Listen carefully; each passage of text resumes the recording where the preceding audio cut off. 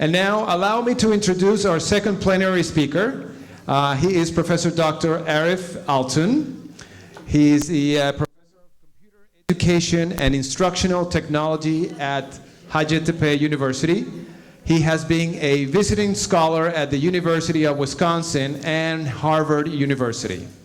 Also, for the last 7 years, he's been conducting research exploring cognitive processes in e-learning environments at Altun-Lab. He's published a number of articles and book chapters, and he's also presented at a number of national and international conferences. So please welcome Professor Dr. Arif Altun. Thank you very much. I know it's not easy after lunch, but please bear with me, and I'll try to make this presentation as smooth as possible. Before I start, I would like to thank the organizing committee for inviting me. It's always nice to be here in Izmir. Today, I will talk about what's happening with the literature in learning with computers, and what cognition is doing here. And I would like to discuss these issues with you. About 8 years ago or 9 years ago, at İCETR University, we had a great support from our department chair at that time, who is also here, accidentally. So I would like to thank her for opening this window for us at the department at that time. We established a study group with some colleagues from various departments, including psychology, computer science, computer engineering, education, and many others. So we decided to understand what happens when computers are introduced into the classrooms and put in front of the kids, and when they were given this opportunity to learn. So in today's talk, I would like to share our journey with this group's work with you and stimulate some questions and make some arguments about that. Basically, this presentation will cover a couple of cognitive processes.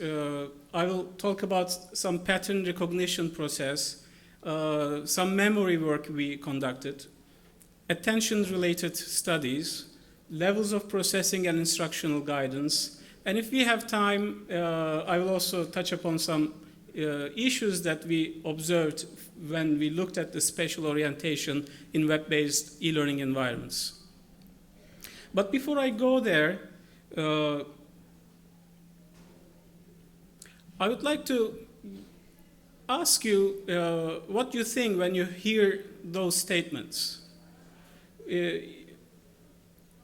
For example, when you hear learning with computers is no different from learning books and lectures, do you think this is a true argument? Would you accept this statement? Anybody? Are we all at the same line that they are different? Okay, so providing the content in a digitized format is not what we are looking for. And we don't want to mimic the classroom environment on the screen. How about this one? Those who are good at learning could learn it anyway, regardless of the medium. It's the learner's innate trait that makes a difference.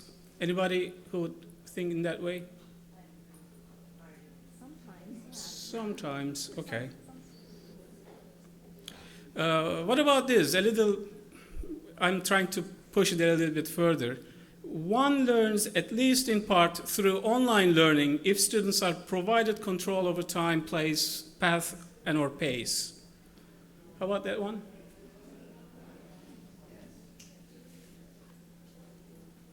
All right, so, well, in this talk, I would like to argue those three things in particular. I would like to argue that there will be some qualitative differences among kinds of learning opportunities when we provide students or learners the content. And also in today's previous talk, we also emphasized this statement very straightforward. One design may not fit all learners. And last but not least, adaptive navigation design, which is one of the buzzwords at this time, and everybody's trying to make the learning paths adaptable. Using this design approach alone may not guarantee personalized learning outcomes. And here in this talk, I would like to provide you some research findings to support those ideas. On the other hand, we have a design challenge for instructional design perspective, in that a design can fail a successful student or vice versa. So this will be just counter-intuitive response to our previous argument. So if you design poorly, you can lead a successful student to an unsuccessful outcome. And the second one, context, whatever it is, it's hard to define, might make a difference. And each learning is unique and personal. So those are the assumptions that I will have on design challenge, and I would like to come back to those throughout my presentation. But before I start talking about the research findings, I would like to also mention an analogy for this new type of learning.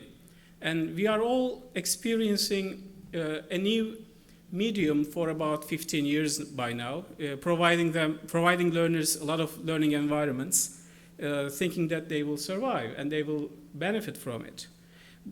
I would like to use the analogy of riding a bicycle. Recently, I came across this little video clip that showed us how riding a bike is like for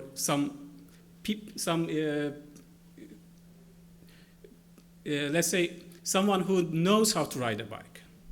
So let's have a look at this one.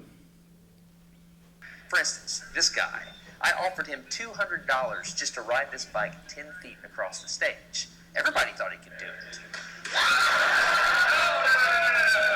No, you didn't understand. You didn't understand. So, this way. All right, so, whenever you're ready. Go ahead. No, you have to keep your feet on. All right, here we go.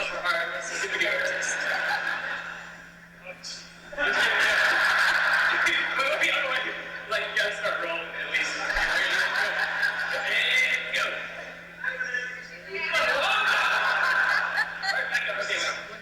Keep your feet on the pedal. Go. Go right off.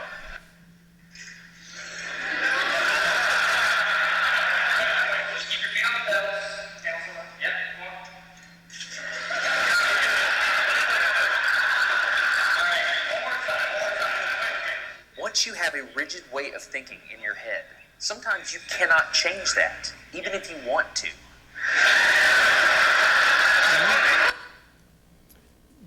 Did you notice what's happening here? Is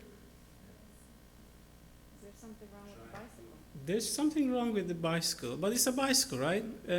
What might be wrong? I will come back to that a little bit later. But first, I would like to mention that our cognition is developing as we grow, and our learning approach also is very dependent upon our cognitive systems. So when we started looking at what's happening in the learner's learning process, we started with a study that actually drove all the upcoming research that we are building upon. We started with neuropsychological assessments. This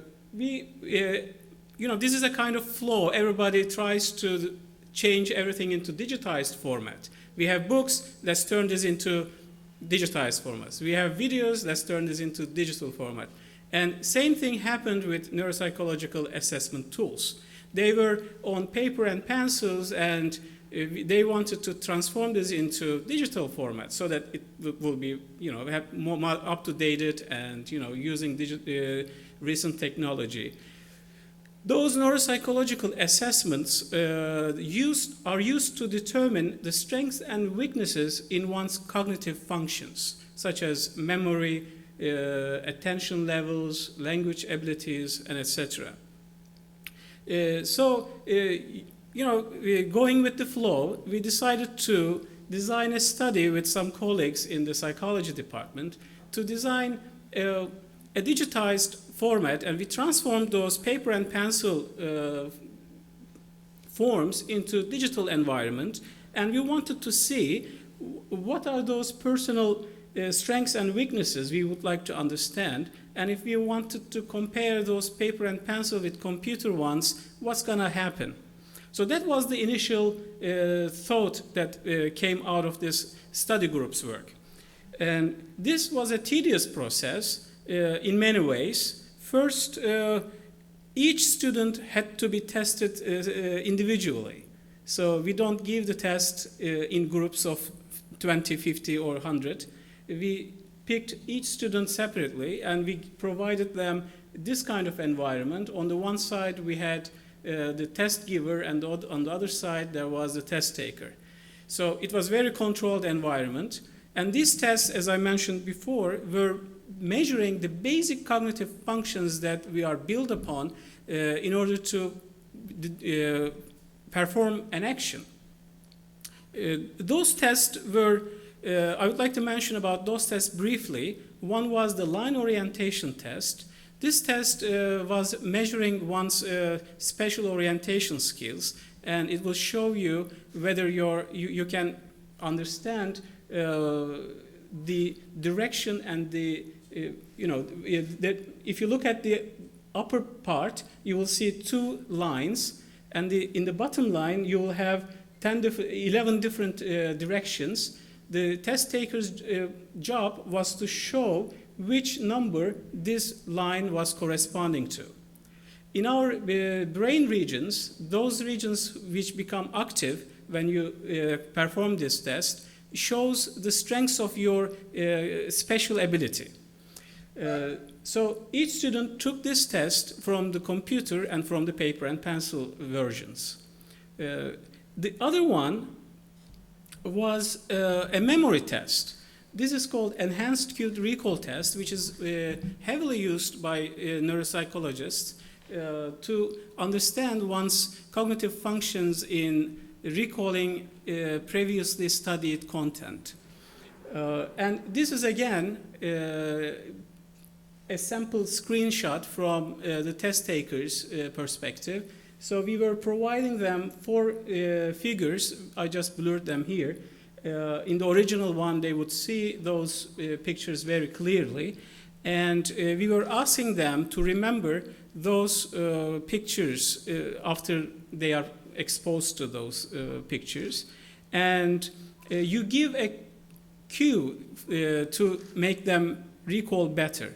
So the statement is like, there is a piece of fruit on this page, what is it? So first you make them study those pictures so that you know that they are talking about the same thing. And after then, you ask them, what was the fruit on the page you saw?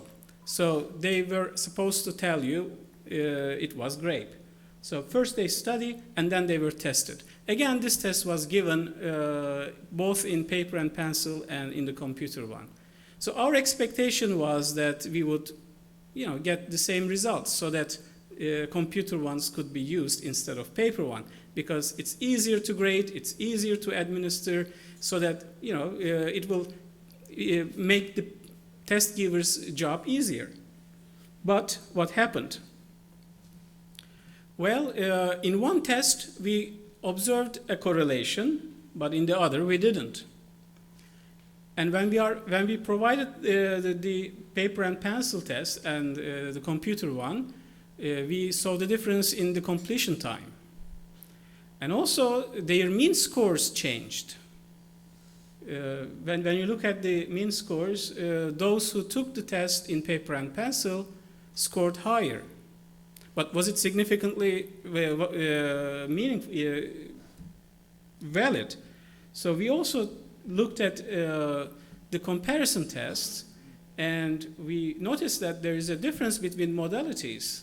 So those who took the paper the test in one of those tests significantly performed better than the others. But for the other one, we didn't see the difference. Well, this led us to conclude that the mode of administration produced different test results. So that was a kind of question mark. So what was happening here that made those kids or undergraduate students differ in their scores? There was something happening to make this change. And recently, actually, in a national test score, in a national test in the US, they just published this news a couple of days ago, looking at that PARCC scores. This is a national reading test that was administered in the US. And they found that those students who took the exams on computer scored lower if they were provided in paper and pencil. So it looks like there is something going on here. So this argument led us to explore this issue a little bit further. But before we go into that, we also know that, let me go back to this bicycle thing and what was happening there that prevented those bicycle riders not being able to be capable of riding the bike. Just to are geniuses and they like to play jokes on the engineers. He had a challenge for me. He had built a special bicycle and he wanted me to try to ride it. He had only changed one thing. When you turn the handlebar to the left, the wheel goes to the right. When you turn it to the right, the wheel goes to the left. I thought this would be easy, so I hopped on the bike ready to demonstrate how quickly I could conquer this. So riding a bike is an easy thing if you think so. But with some twists, it can be really a big challenge.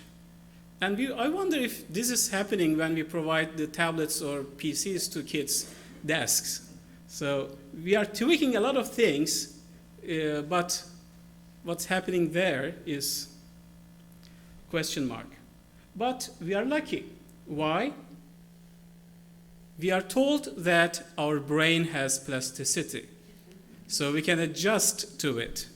And one of the best readings I ever had was this iBrain by Gary Small. He has a lot of nice stories about this from the field in neuropsychology.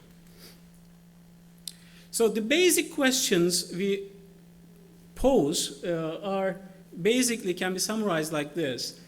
How media penetrates our cognition.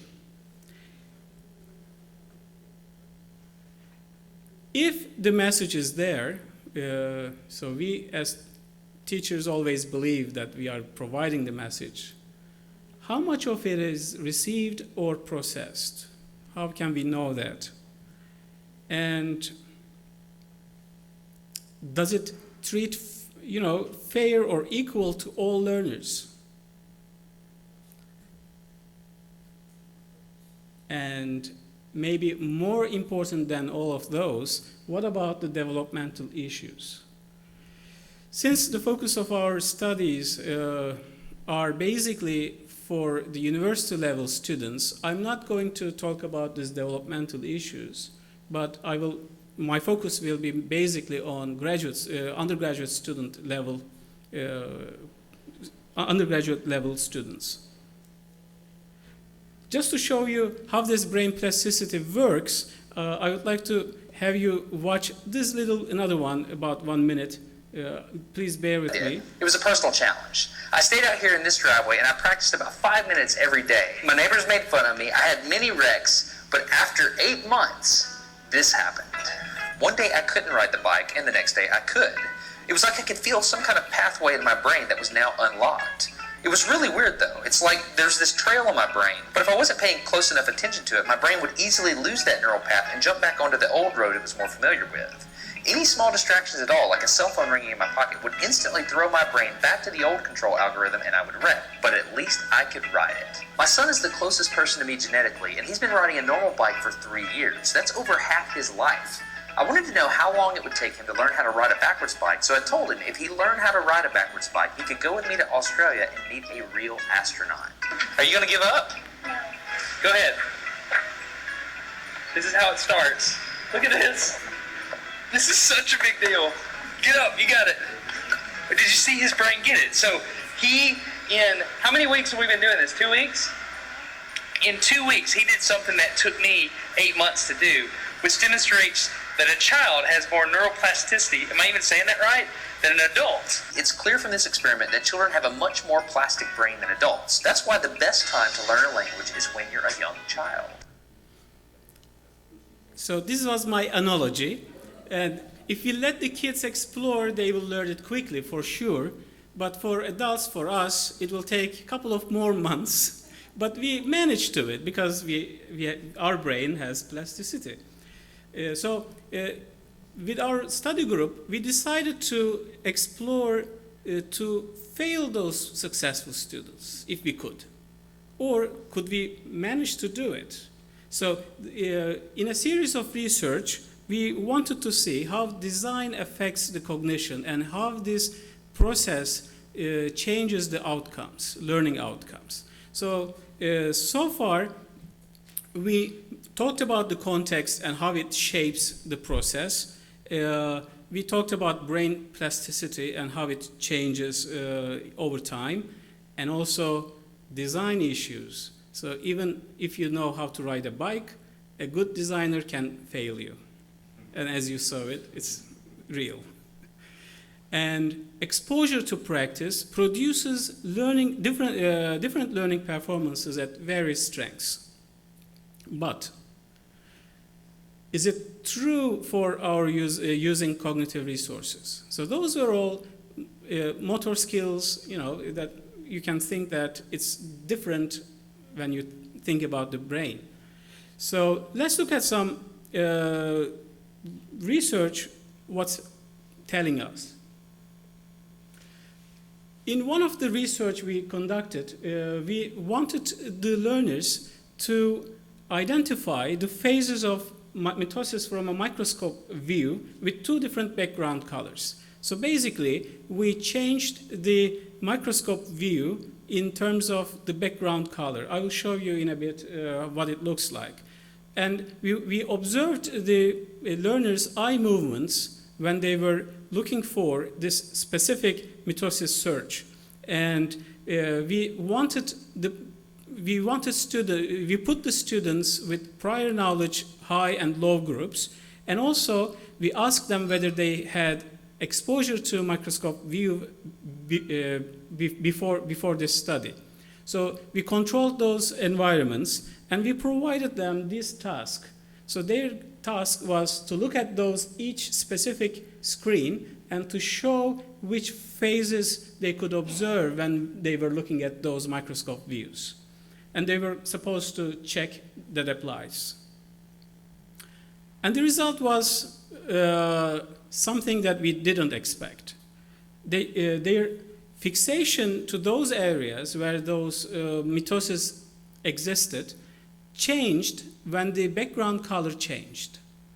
So even those who had high-level prior knowledge had difficulty if they were provided the background color in yellow. So basically, design could make the learning process difficult for those learners, even if they had prior exposure or prior knowledge in their education. So that was one of the research that I would like to talk about. And the other one was about the memory. What was happening with the memory? We also tested students' short-term memory with using those neuropsychological tests. And we put those students with high short-term memory performance and low short-term memory performance. And we also looked at their attention types. Those attention types were again a design issue with some focused attention and split attention designs. I will show you what it looks like in a bit. If you look at the one on the left, this is the focused attention, in that the person who was studying this area, this word would just pop up to the front and would show the student what it was supposed to learn. And the other one was provided standalone, no movements, no focused. So this is called split attention design.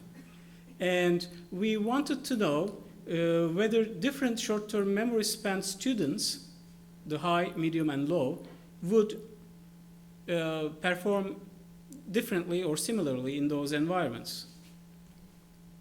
And again, design had an effect on recall. Even for those who had high memory span, performed poorly if they were provided the content in a different way. And also, the time spent on the materials differed in environments.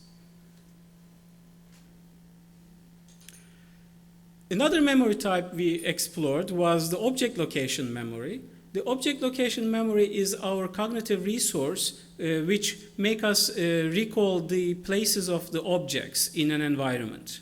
So by using our object location memory, we know where things are.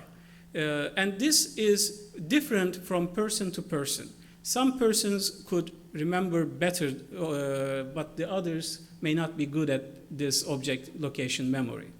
So again, we also measured students' object location memories, and we put them in two different environments to see how they would perform in those two environments. What are those environments?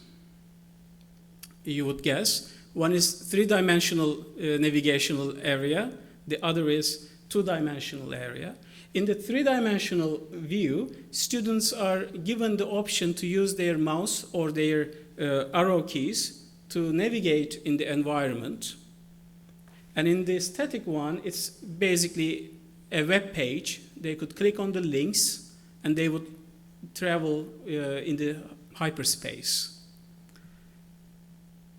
So what was the task? Remember, object location memory is to recall the places where the objects were. And this is what it looks like. So we gave them a multiple choice questionnaire asking them where did they observe this specific object when they were navigating in the environment. So as you see, one of them is here in this one, and in this one it is here, and here it is on this wall, here it's on this wall. So our expectation was, since they navigated in this environment at their own pace, and they were given the instruction that they will be asked about those objects, so what would you expect the results be? They recalled more in static environments. And we also looked at the interaction effect, what's happening when we had higher spatial location memory people and lower spatial location memories. And those who had higher spatial location memory had higher scores in static environments. So, so to speak, if you put those students who had higher spatial location memory would be in a poor condition compared to those who had low location memory performances. So you equalize them in a way. And for the lower group, no differences we observed. And interestingly, males had higher recall scores in 3D environments. So for women, we looked at the standard deviation. There was a huge difference in their standard deviation. So they automatically were at a disadvantageous position if they were provided this learning environment in 3D places. So talking about the quality of this instruction, we also set up another story looking at the levels of processing. What would students be doing if they were provided the instructional tasks differently? So we designed a web environment where we change the location of the navigation bar, one to the left, to the right, and we put the reading here. So this is an independent story which had very controlled vocabulary for those participants. And we divided the screen into 4 quadrants, and each one had a specific colored vocabulary. And in one of the instructions, we asked them to pay attention specifically to those marked places, because sometimes we want students to focus on specific things in their study time. And this is the example when you put it on the right. And afterwards, we asked them what were the headings in those buttons they navigated through. And we asked them in a multiple choice questionnaire to choose where each thing was at. And the results was interesting again. This changes according to the orthography in cultures we observed. And left panel for our students yielded better results in recalling target vocabulary. And we also had processing levels of processing. I don't know if you are familiar with, but I can explain if there comes questions. If students were provided instruction for deep level processing, those who were provided those instructions yielded better recall results. And task types and cognitive processes were very dependent on the coding difficulty. So this is not the outcome, but the initial phase also changed. One another study that I briefly mention will be about contextual cueing, implicit memory, and sustained attention. So this is a kind of study about we also always come across in web-based environments. We provide cues to learners, thinking that their attention will be guided to that specific place, so that they will pay more attention to those places. And implicit memory is the one that persons grasp regardless of their explicit instruction.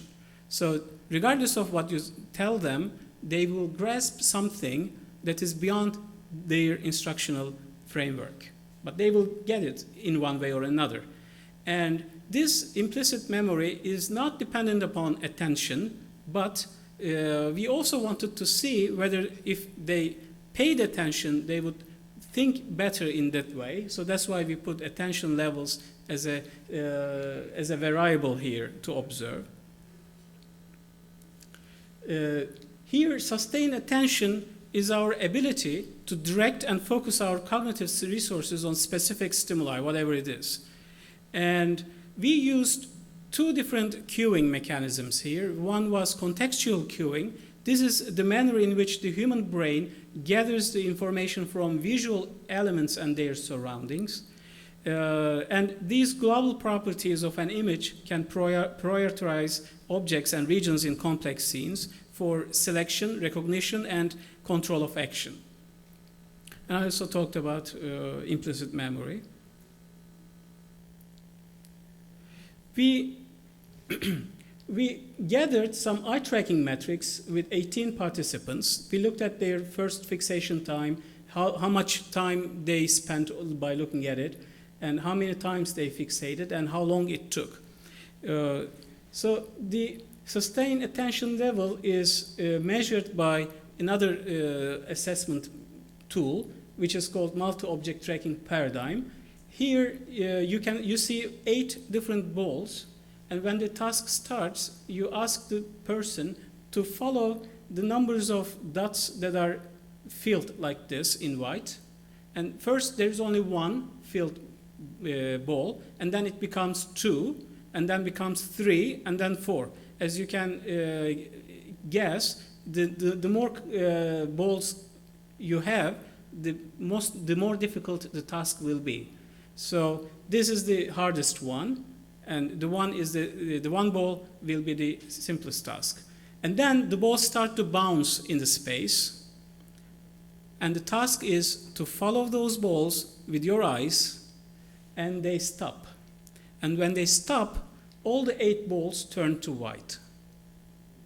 And your task is to point out which 4 balls you followed and where they are in this space.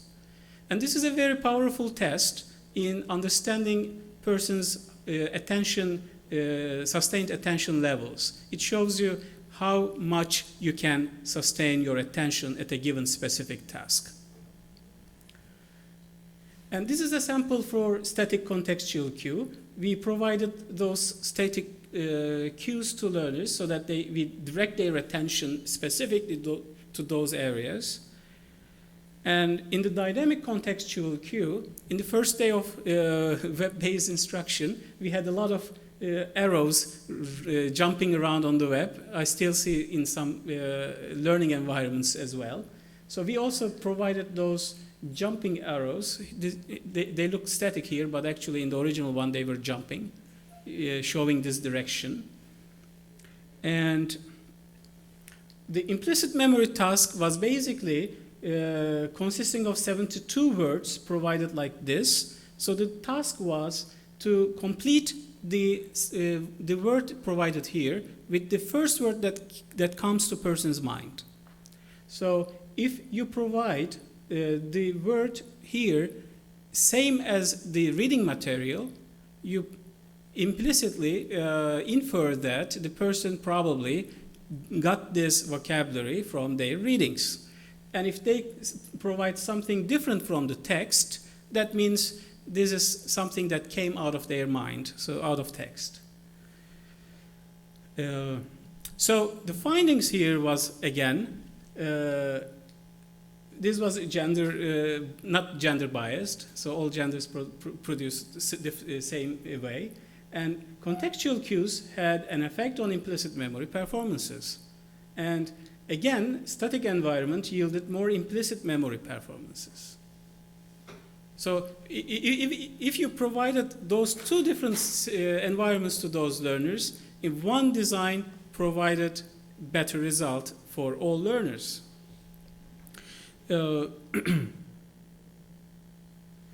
And one design for learners will probably be, it will be time to challenge this. We should design many designs for one learning if you want to address individuality in our e-learning design paradigms. So finally,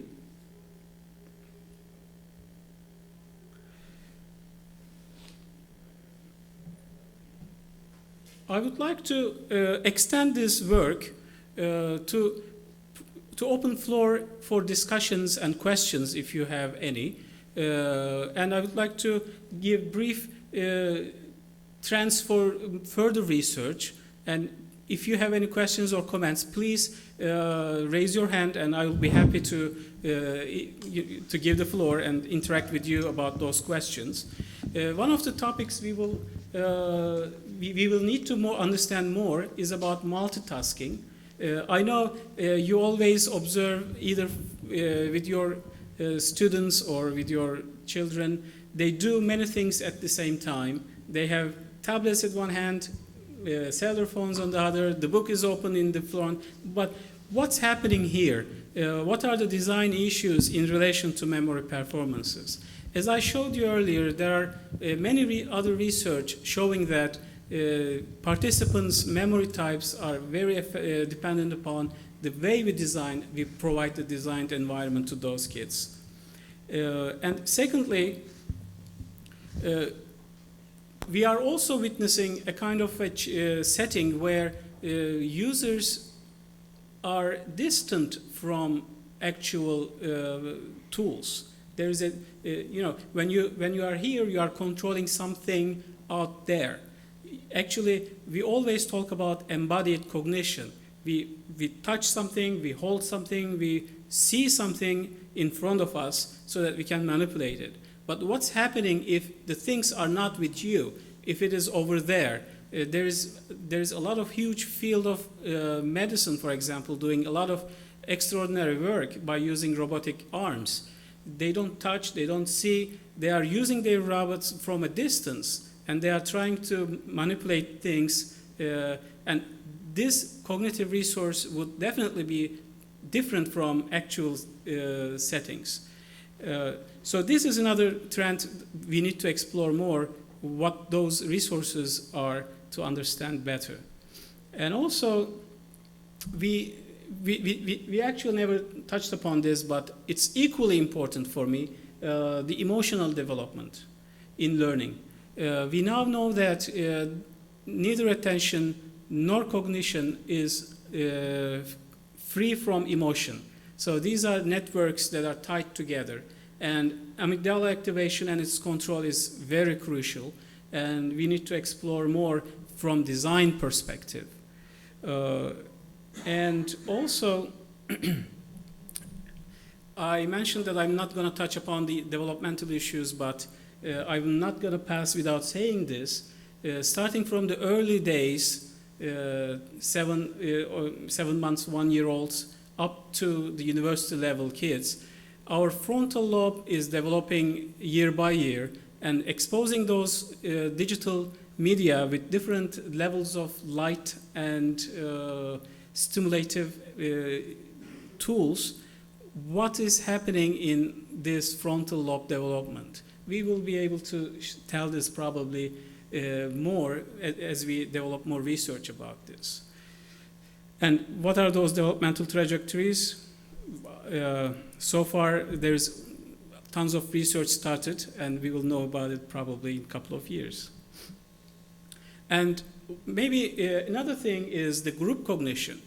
We talked about context as a kind of environment by its own nature, but also when you put one individual student in a group, you will observe different patterns of behavior.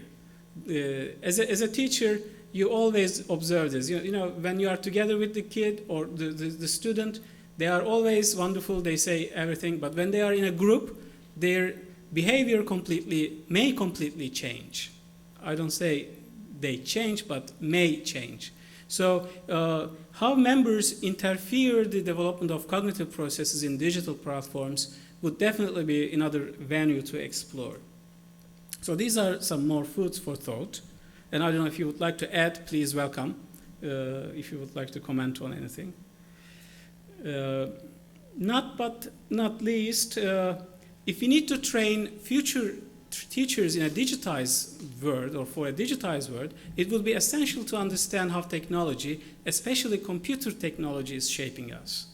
And we definitely will need more objective and self-report tools to bring into the classroom to gather more information about the learners' learning processes to better understand them.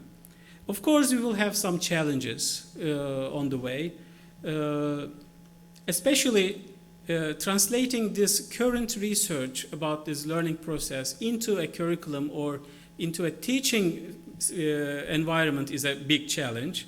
And we will probably need more instructional or comprehensive instructional theories as well. Well, to conclude, I would like to emphasize once again, which had been said back in 1992, which I think is still valid, good instructional design is more important than the specific technology. And online courses are demanding further considerations, and we need to know our learners, well. So thank you for your patience, and I would be happy to answer any questions if you had. So I'd like to conclude here. We have one question over there.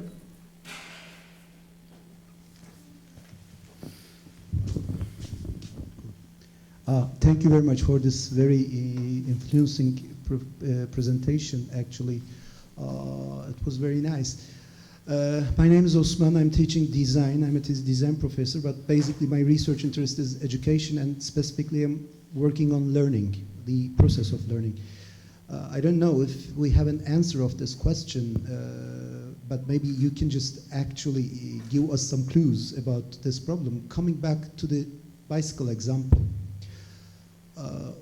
we are all on the same page that we should teach future teachers to teach future generations with new technologies, but we're sure that our brains are not as elastic as the young brains. So how can we just cope with this problem of less elasticity of our brains with these new technologies? Because actually we are having this problem right now. We're just trying to enhance our teaching experience with new technologies, but it's for sure that we cannot grasp this new technology as our students are doing. So what's the magic in here? I mean, how can we just get rid of this challenge? How can we just solve this problem? That's my problem. That's my question, actually. Thank you. Thank you very much. I think this question is valid for all of us. Yeah, we are trying to understand the nature of learners' characteristics when it comes to learning performances. So this is just probably the visible side of the iceberg. There is very huge area down there, and we will see as we walk on the way, I guess. But thank you for bringing this up, and I don't know if anybody here would like to add anything to that. I disagree with some of that. I think one of the most dynamic professors we have at our university, at University, who's bringing in those technologies in his 60s. I don't think age has that much to do with it. We do have, as we've seen, plasticity, and we can change that. We can change our patterns very easily. I think in my job, I'm the director of the Center for Excellence in Learning and Teaching. I've got a background in education linguistics and nothing to do with technology. So as soon as I got the job, I dived straight into an online master's in technology and learning design because I had to. And I can feel it's changed my comfort, my implementation of it. So I do believe, and I went from being a total Luddite to now it's my job. So I do believe that we can change very rapidly if we believe in that change and if we believe we are able to change. I don't think age necessarily has anything to do with that. But thanks for this comment. Yeah, I completely agree. In one of the conferences we attended, there was a neuroscientist presenting about this brain plasticity, and he made this brief statement, and he said, even 60-year-old can learn, and their brain has this plasticity, and the majority of the participants were all above 50, so everybody felt very happy about that. But that's true. I mean, yeah, we definitely have this plasticity. But I think the main question is not to question whether we need the technology or not, but we definitely need that technology. But how can we use that technology for the better learning outcomes for our learners? I think our focus would be in that direction if we wanted to develop sound instructional materials and train future trainers. Well, if there is no other questions, I would like to thank you all for sharing this time with me. Thanks.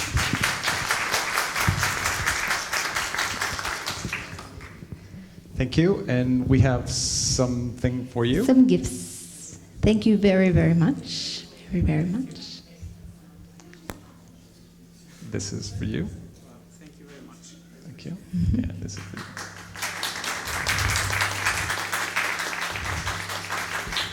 Thank you. Thank you.